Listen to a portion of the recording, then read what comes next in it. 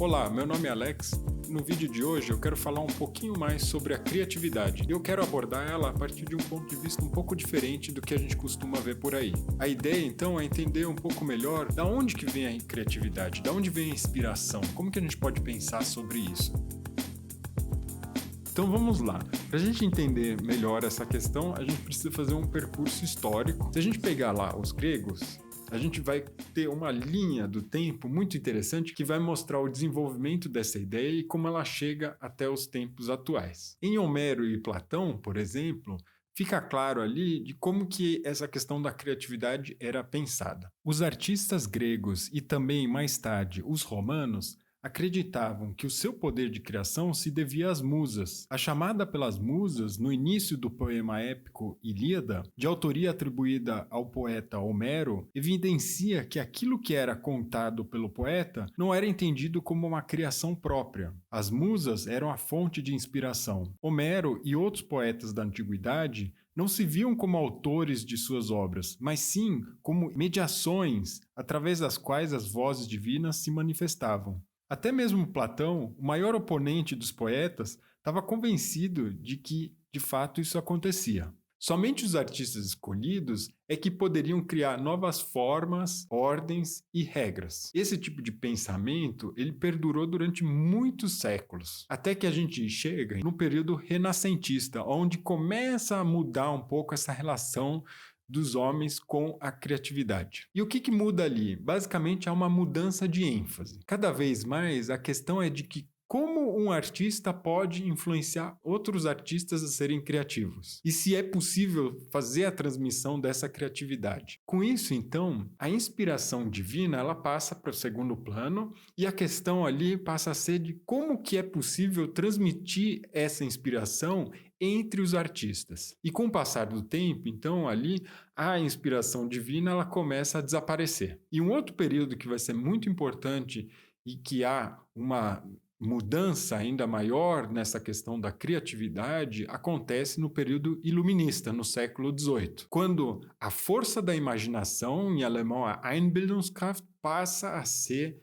a principal fonte de inspiração. Para o filósofo alemão Immanuel Kant, por exemplo, a criatividade é um jogo livre entre a imaginação e o entendimento. Mas mesmo todos nós sendo dotados de imaginação, isso ainda passa a ser uma capacidade de uma minoria nesse período. Porque para a maioria das pessoas, as obras de arte, por exemplo, podem até estimular a imaginação. Mas a questão fica nisso. Isso não resulta em nenhum estímulo à atividade criadora ou à atividade artística. As pessoas nessa época ainda não se sentem motivadas a serem criadoras elas mesmas. A questão aqui que é interessante de notar é que esse tipo de estímulo só vai ter frutos realmente nos gênios, né? Em outros gênios. Então as pessoas comuns elas não têm acesso a isso, elas não se sentem motivadas. Mas os gênios sim, eles seriam capazes então de olhar para essas obras de arte e se inspirarem também a serem criadores. As obras de arte começam a operar então como estimuladoras da criatividade. E aí a gente anda mais um pouquinho na história e a gente chega no período da Revolução Industrial. E na virada então do século XIX para o XX, começa a aparecer a ideia de que todos possuem uma força criativa e que isso pode ser trazido à tona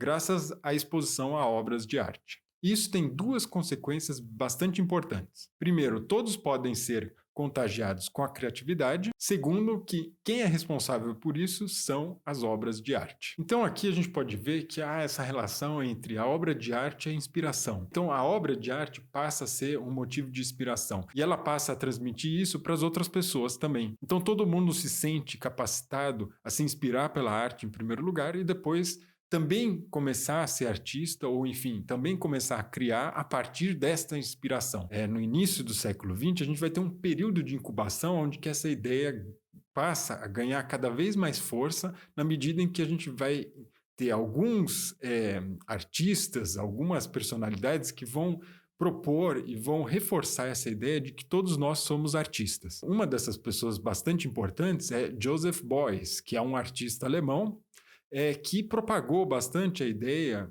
de que todos os homens são artistas. E com isso ele quis dizer que todos nós somos criadores. De maneira geral, pode-se dizer que arte é o elemento no contexto do mundo através do qual o homem sente ser o centro criador de algo, o centro produtor de algo de novo. Evolucionário, então. Então, de onde surge algo? Falamos de um conceito antropológico de arte.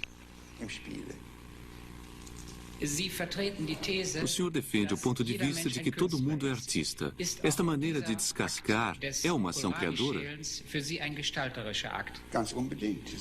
Sem dúvida, trata-se de um processo de configuração no senso geral do trabalho humano. E trabalho humano tem relação com a capacidade humana.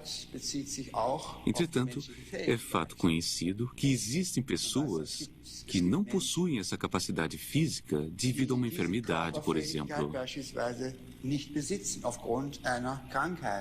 Então, se esse conceito for admitido de maneira assim ampla, deve ele incorporar o trabalho, seja manual ou intelectual.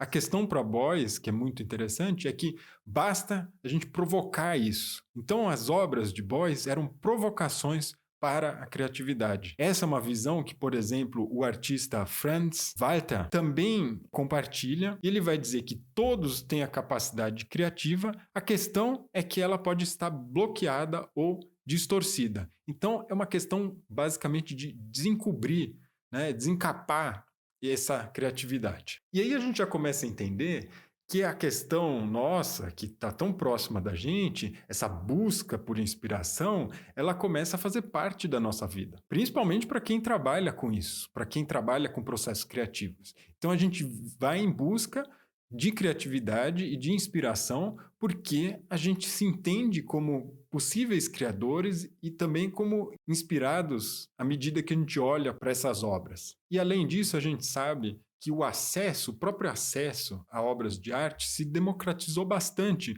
no sentido em que hoje basta a gente entrar no Google da vida, colocar o nome de qualquer artista que a gente queira ver e conhecer, e que a gente, de alguma maneira, tem acesso a parte dessa obra, ou pelo menos a imagem dessa obra, sem que a gente tenha que se deslocar por grandes distâncias. E a gente sabe que também a arte ou a criatividade, ela deixa então de habitar somente o museu e ela passa a estar disponível em vários outros lugares fora dos museus também. Bom, de qualquer maneira, já que a inspiração é o que move a gente a ser mais criativo, eu coloco essa pergunta para vocês. O que inspira vocês? Quem que são os artistas? Quem são os designers? Quem são os publicitários? Quem são as pessoas que inspiram vocês? Faça uma listinha aí, se possível, compartilhem aqui nos comentários, porque eu tenho a minha também e eu quero compartilhar com vocês. Mas isso ainda num próximo vídeo. Então agradeço muito a sua atenção e a gente se vê então numa próxima oportunidade.